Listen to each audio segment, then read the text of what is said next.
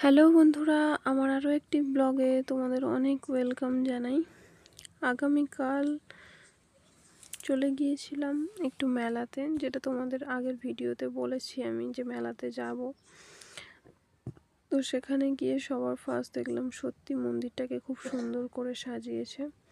সমস্ত ঠাকুরের দর্শন করে, মানে এখানে অনেক রকমেরই ঠাকুর ছিল, পূজা টুজা দিলাম। দেওয়ার পরে কমপ্লিট করে এবার চলে এলাম মেলা দেখতে একটু। সব থেকে ফার্স্ট দেখলাম যে জিলাপি দোকানটা, এখানে প্রচুর পরিমাণে ভিড় জমে আছে, আমরাও এনেছিলাম।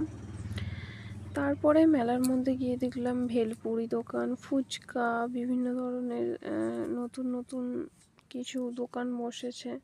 তবে সব থেকে মজার জিনিস এবছরে পূজার ওখানে যতটা ভিড় ছিল, বাট এখানে মেলার মধ্যে ততটা ভিড় ছিল না। আগের বছর যেমন ভিড় হয়েছিল বা প্রতি বছর যেরকম হয়, এবছরে কিন্তু মেলাটা অনেকটা ফাঁকা ফাঁকা ছিল, লোকজনের সমাগম কম ছিল। এখানে আইসক্রিম দোকান, এই যে আলুর চিপস ভাজা চলছে।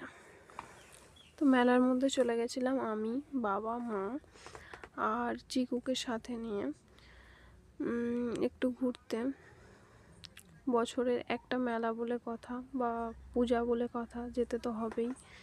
তারপর গিয়ে দেখলাম এই একটা দোকান, যেখানে বিভিন্ন ধরনের প্লাস্টিকের জিনিসপত্র, তারপরে বাচ্চাদের খেলনা, এসব বিক্রি হচ্ছিল। সব থেকে মজার জিনিস বাচ্চাদের এটাই লাগে যে ঘুরছে ঘোড়ান চরকি না কি বলে, ওই ধরনের একটা খেলা, মিকি মাউস। কিন্তু মাঠটা